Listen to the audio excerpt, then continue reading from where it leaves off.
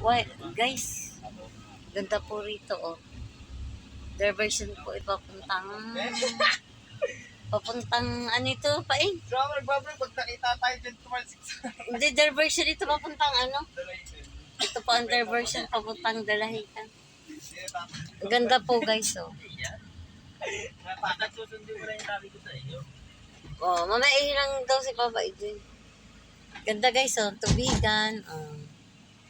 Ito po, ang ganda po ng diversion dito. Ito po yung anak ko. Nag-aaral po siya mag-drive. Ayan po, sir. Pag ano, nai-atras naman yung bangko niya pag mahaba sa iyo. Wow! Driver na siya. Mamaya ka naipa yung baka nga. Guys, so ganda po.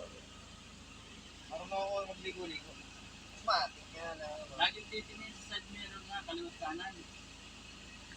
Laging pasulyat-ulyat. Kaliwat kanan. Yung sanay yung sabay pag lagi mo. Hindi. Side mirror. Aral at ng ano, galingan. Kasi may overtake sa kanan, may sa kaliwa. Sa kaliwa. Kung ikaw pala yung overtake sa kanan, tatabi pala yun. Tatabi ka, edi yari siya. Po, guys.